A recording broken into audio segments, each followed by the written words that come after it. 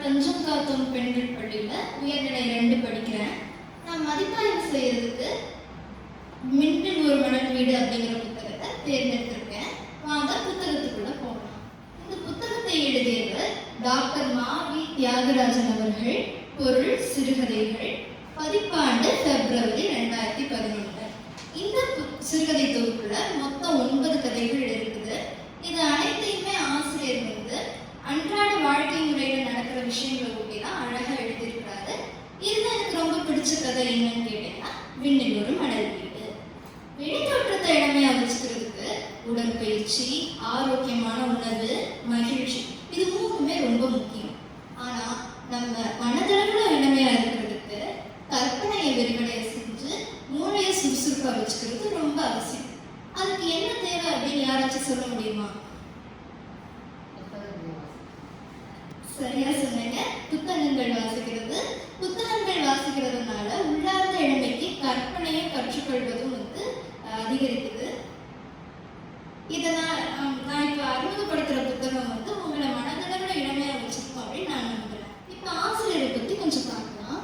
தமிழ்நாட்டில் இவர் BA, MA, B.Ed, MPhil போன்ற பட்டங்களை பெற்றிருக்கிறாரு. இவருக்கு வந்து தமிழில் வந்து ரொம்ப ஆர்வம் அதிகம். அதனால வந்து அவர் சிங்கப்பூருக்கு வந்ததுமே தமிழாசிரியர் பணியில் ஈடுபட்டிருந்தாரு. முனைவர் பட்டமும் பெற்றிருந்தாரு. தமிழில் முதுகலை பட்டத்தையும் பெற்றிருந்தாரு. இளம் பிராயத்துல இருந்தே அவருக்கு தமிழ்ல ஈடுபாடு அதிகமா இருந்தனால அவர் எழுதுற துறைக்குள்ள இறங்கினாரு. மரபு தொடர்கதைகள், ஊன்றுகோல் போன்ற நூல்கள் இவர் எழுதிய நூல்கள். இப்ப சிறுகதைனா என்னன்னு பார்க்கலாம். சிறுகதை என்பது ஒருவர் வாழ்க்கையில நடக்கிற சுவையான நிகழ்ச்சிகள், அனுபவம், ஏற்பட்ட சிக்கல், இதுல ஏதேனும் ஒன்றை குறுகிய கால அடிப்படையில சொல்றதுதான் சிறுகதை. சுருக்கமா சொல்ல போனா சிறுகதை அப்படிங்கிறது ஒரு நிகழ்ச்சியை சில சொற்கள்ல குறிப்பா சொல்றது. இப்ப ஆசிரியரோட மொழிநடையை பார்க்கலாம். இந்த கதையில ஆசிரியர் வட்டார வழக்குல எழுதியிருக்கிறாரு. இது வந்து என்னை போன்ற இளைஞர்களுக்கு நல்லா புரியுற விதமா அமைஞ்சிருக்கு. மேலும் ஆசிரியர் இந்த கதைக்கு சில பொருத்தமுள்ள செய்திகளை எழுதினாலும் அது தெள்ள தெளிவா அவர் விளக்கியிருக்கிறாரு. அதோட ஆசிரியர்களுக்கு சொல்ல வேண்டிய கருத்தை வந்து உவமைகள் கொண்ட உதாரணங்களை வச்சு சொல்லியிருக்கிறாரு. உதாரணமா பாத்தீங்கன்னா நம்ம எல்லாருக்கும் கம்பராமாயணம் தெரியும் அப்படின்னு நான் நம்புறேன். கம்பராமாயணத்துல இடம்பெற்றிருக்கும் பிரபலமான வரி, அதாவது அண்ணனும் நோக்கினாள் அவளும் நோக்கினாள், இந்த வரியை கொண்டு அவர் இந்த கதையை சுவாரஸ்யமான கதை பிரிவா கொண்டு அழகா அமைச்சிருக்கிறாரு. ஆசிரியர் இந்த கதையை பின்னோக்குதல் உத்தியோட ஆரம்பிச்சிருக்கிறாரு. பின்னோக்குதல் உத்தினா நீங்க என்னன்னு கேட்பீங்க. பின்னோக்குதல் அப்படிங்கிறது ஏற்கனவே நடந்த நிகழ்வை நினைவு கூறுறது. அதான் ஃபிளாஷ்பேக் அப்படின்னு சொல்லுவாங்க. 20 வருஷங்களுக்கு முன்னாடி அப்படி என்னதான் நடந்திருக்கும், ஹரியோட அப்பா ஏன் அவ்வளவு மௌனமா இருக்குது, இது போன்ற கேள்விகள்லாம் நம்மளை சிந்திக்க வைக்குது. கதாசிரியர் புத்தகத்தோட தலைப்பை ஈர்க்கக்கூடிய வண்ணமா கூட வச்சிருக்கிறாரு. விண்ணில் ஒரு மணல் வீடு. இந்த தலைப்பை பார்த்ததும் நம்மளுக்கு என்ன தோணும்? இதை பத்தி இந்த கதை எதை பத்தி இருக்கும், விண்ணில எப்படி ஒரு மணல் வீடை கட்ட முடியும் போன்ற கேள்விகள் எல்லாம் நம்ம மனசுக்குள்ள எழுது. அதோட ஆசிரியர் வந்து விண்ணில் ஒரு மணல் வீடு அப்படிங்கிறதுக்கான பொருளை கதையோட முடிவுல அழகா வர்ணிச்சிருக்காரு. இது ஆசிரியரோட கலைநயத்தை காட்டுது. இப்ப கதாபாத்திரங்களுக்கு ஆசிரியர் வந்து ஹரிணி, எங்கராமன் போன்ற பழமையான சுவாரஸ்யமான பெயர்களை வச்சிருக்கிறாரு. இந்த கதையில ஹரிணி என்பவள் பார்த்தீங்கன்னா தன்னோட கொள்கையில ரொம்ப உறுதியா இருக்கிறவர். ஆனா என்கிராமன் வந்து முதல்ல அகதியா இருந்துட்டு பிறகு தன்னோட தவற்றை உணர்ந்தவர். ஆசிரியர் கம்பராமாயணத்துல சீதையை போலவும் பாரதி கண்ட புதுமை பெண்ணாகவும் ஹரிணியோட குணத்தை ஆச்சரியப்படுற அளவுக்கு அழகா அமைச்சிருக்கிறாரு. இப்படியும் ஒரு கதாபாத்திரம் இந்த நடைமுறையில இருக்க முடியுமா அப்படிங்கிற கேள்வி நமக்கு வருது. இப்ப நம்ம எல்லாருக்கும் பிடிச்ச கதையை பத்தி பேசலாம். ஹரிணி என்பவர் வந்து பாத்தீங்கன்னா ஒரு ஆசிரியர். அவர் வந்து அன்னைக்கு வகுப்புல கம்பராமாயணத்துல இடம்பெற்றிருக்கிற அந்த பிரபலமான வரி, அதாவது அண்ணனும் நோக்கினான் அவளும் நோக்கினான், இதை ஒட்டிய பாடத்தை அவங்க நடத்திட்டு இருந்தாங்க. அப்புறம் திடீர்னு இந்த மாயா அப்படிங்கிற மாணவி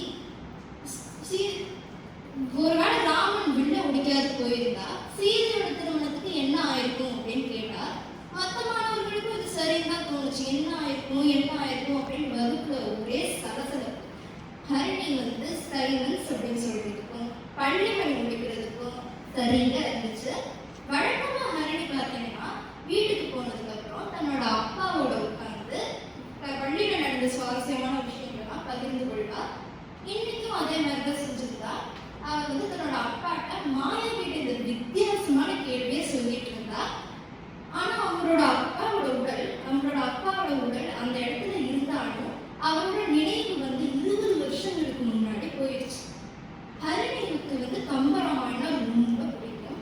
குறிப்பா அதுல சீதா பரிணயம் அப்படிங்கிற பாகம் தான் அவங்களுக்கு ரொம்ப பிடிச்ச ஒரு பாகம். இருந்தால் சீதை மாதிரிதான் இருப்பேன் அப்படின்னு ஒரு வாக்கு கொடுத்தா. அவர் வந்து எவர் தன்னை முதலில் பெண் பார்க்க வருகிறாரோ அவரைத்தான் மணந்து கொள்வதாக தனது கொள்கையில் உறுதியாக இருந்தார். தன்னோட அப்பாட்ட இதை பத்தி நீண்ட பிரசங்கமே செஞ்சா. அவங்க அப்பாவும் சரி நீ கொள்கையில் நல்லா உறுதியா இருக்கியே அப்படின்னு சொல்லிட்டு ஒரு மாப்பிள்ளையை தேட போனாரு. கடைசியா எங்கிராமன் அப்படிங்கிற மாப்பிள்ளை தான் கிடைச்சாரு. ஹரிணியோட அப்பா வந்து எங்கிராமன் வீட்டுல ஹரிணியோட கொள்கையை பத்தி சொன்னாரு. அவங்க வீட்லயும் ஹரிணி சொல்றது சரியாதான் இருக்கு அப்படின்னு சொன்னாங்க, முடிவெடுத்தாங்க.